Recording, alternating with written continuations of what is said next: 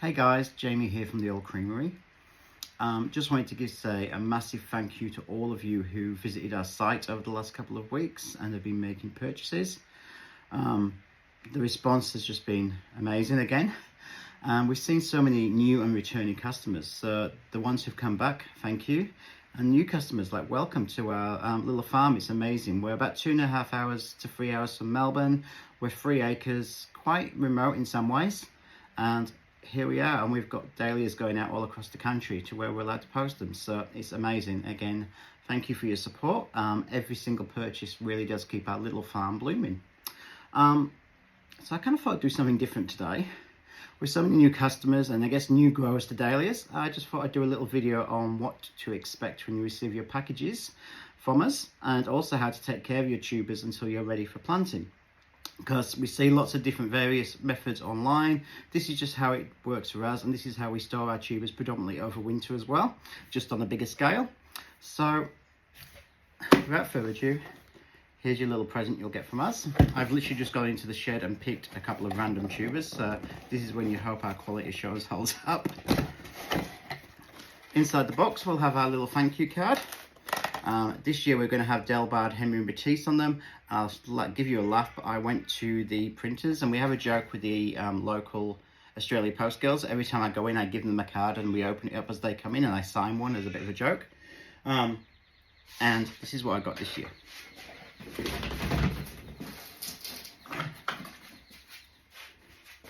2025 thank you cards are blank. So they're being reprinted. Thank you Vistaprint for your support in fixing my blunder, or your blunder, I'm not sure. Anyway, we got blank cards, so they're on their way today hopefully, so we can get these start packages out. But you'll get your little thank you card. On the back we have our QR code. This year we have a little thank you message as well. But the QR code takes you to our website with all our growing guides. So there's a quite detailed growing guides for every stage of, I guess, dahlia growing, or the stage of product you're buying from us. Because obviously we sell our cuttings, we sell live plants, and we sell cuttings typically towards the end of the year. So about March, April time. And they need a little bit of different care to what we recommend now as such. So in the box too, you'll have some of our lucerne hay from a local grower, because that's great for your compost. And it's really good for your dahlias too. It's high in nitrogen, helps get them started as a mulch, but can be quite expensive if you're doing it over a bigger patch. But it just means the whole box can pretty much go in the bin. The tape on the sides is also a biodegradable tape, so you can put it straight into your compost bin or recycle bins. Then we get the babies. So we've got Penhill watermelon in this one, and Ross Castle bushfire. So when you get them, we're going to inspect them. And if you just wiggle off your staple on the back, you'll be able to keep your tag.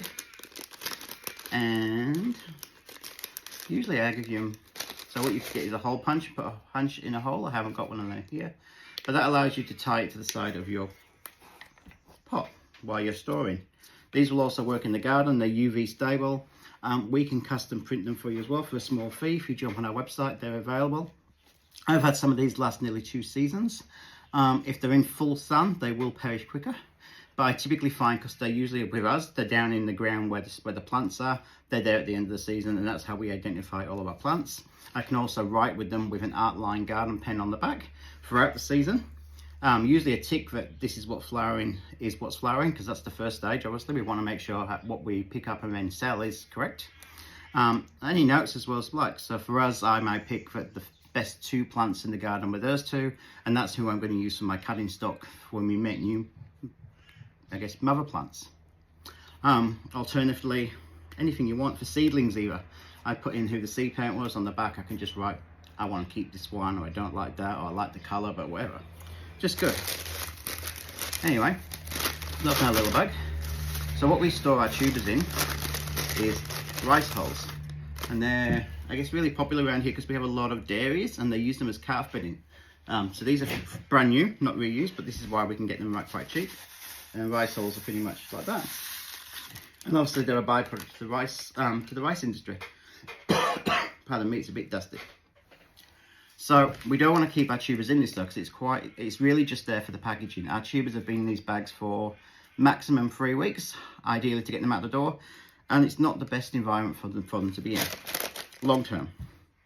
So, because they're in that dry environment as well, when you get your tubers, you want to obviously check that they're all solid and hard, they're not dehydrated. If you've got any concerns whatsoever, please just send me a quick email with some photos, and try and get some really good quality photos, because it's really hard for me to pinpoint if you're asking me, oh, I can't find the eye or something about that, and I get a blurry shot of not much. Make sure you also send it from the right end. Most of them, the tubers you'll see is this body, we got the neck, we have the crown, and the eyes will go dormant. So even when I'm picking them and they're really quite plump, usually purpley to white shoots starting, as soon as we put them into these bags and with the dry and medium, they go dormant again within even 2 to 3 days. So don't worry if you can't see the eyes straight away, they will be there. And if you see if I can zoom in this kind of area, there's just a little dot here. And that is my eye. This one is quite dormant. But I would say 2 to 3 weeks in a pot with some moist medium mix, which we'll talk about in a sec.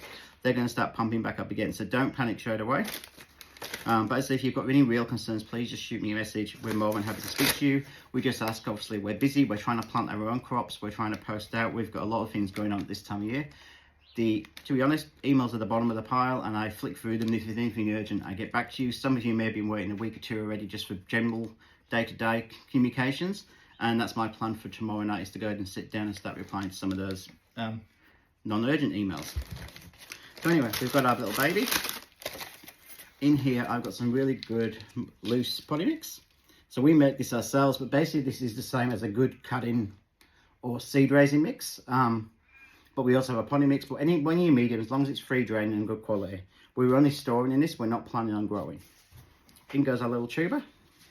We're going to plant him about 5 centimeters deep, so he's really well surrounded with the mix. And I'm just going to pop him some on top. I love sea mungus. We use this new Trog product. This is Southern Impact, obviously. We use this to feed all of our dahlias on the farm, but the buckets are about 20 litres, and they're perfect for storing all my seed raising mixes and stuff in afterwards. So yeah, as you can see, nicely covered. If I've got my tag, these pots will sit on the side, like so, to get the right size. And then we can sit in somewhere in a cool, dark area, and we want to keep this moist. So like, I don't want to be picking this up and water be rushing out, because that is way too wet. But we want it kind of like a wet sponge. When you've been cleaning the kitchen, you've cleaned your sponge and you've wrung it out, we just want that kind of moist mixture.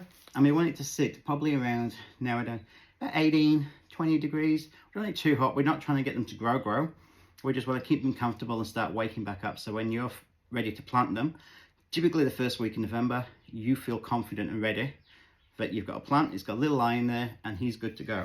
So let's open our second one. As I said, if you had some tags, just for extra security, I would punch a hole with a hole puncher in these tags, and then you can tie that to the side of the pot, and then there's no chance of a cat or a dog or a kid, causing mayhem. Let's see what we've got in this bag. So this one is Rosscastle Bushfire, as I said. Gorgeous red, yellow, orangey, can even be salmony at the start of the season. A very underrated dahlia. It's been around a while, great for a starter dahlia. You're not going to risk losing it very easily. And I think it's called a bushfire because of course, the flower we just described, but it spreads like a bushfire underground. You've got plenty of tubers, plenty of viability. Definitely one for a beginner dahlia grower. All right, then we've got our ice holes. We've got another one here. Oh, this one's still got the shoot, so even better. So you've got a nice big tuber in there. Remember, the size of a tuber does not matter. Every single dahlia's tubers look different. All varieties come in different shapes, sizes, whatever. The smaller the tuber is arguably better because you've got less fat storage. Think about this as the food. The lazy teenager, we want that out of the way and getting them out of the bed and up and growing, don't we? So the smaller the tuber, the better vigor your plants actually got at the start of the season. But anyway, so we will never sell you anything which is smaller than about the size of a 9-volt battery. That's kind of like the industry standard. And as long as it's got a shoot or an eye ready to go, we're in luck. So again, we've got our body, we've got our neck, and we've got our crown. Remember, not all dahlias have these separate areas really distinctively. Sometimes they're so closely compact You'd be amazed where these eyes can form from. So never be too worried if you can't see all of this, I guess, mechanics. We have our little shoot. You just see him. I don't know how this works because he's trying to focus on my face, but he's there just poking out. And it's also important, I guess, to mention at this point, if this falls off or we kick him off for any reason, so if I just, there you go, I've just broken him off, little shoot.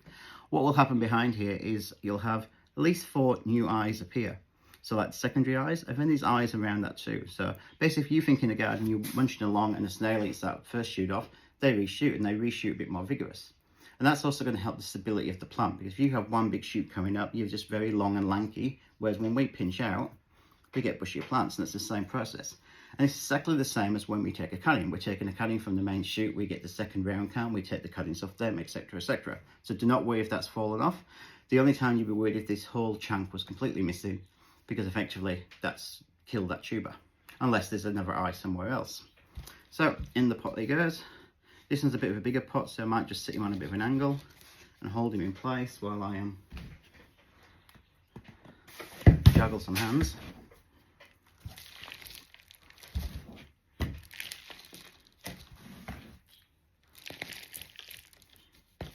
Just cover him over. So I don't want any of my crown or anything exposed. When you see people doing that on videos, that is for the sole purpose of taking cuttings. And in that case, we don't, once we've got a cutting off, if the tuber dies, we've already got our backup plan in place as such.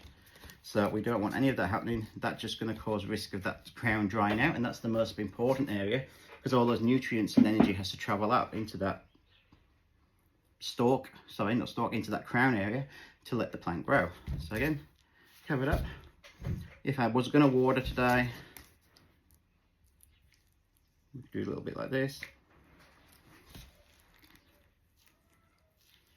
But that is it. I'm not going to water them again every day or anything like that. We're just going to keep that soil moist like a sponge. But anyway, I hope that's been helpful. I'm going to go because I'm about to get caught by the husband with a coffee, which is the perfect time of morning. But you know, I don't like being on camera when I'm getting watched.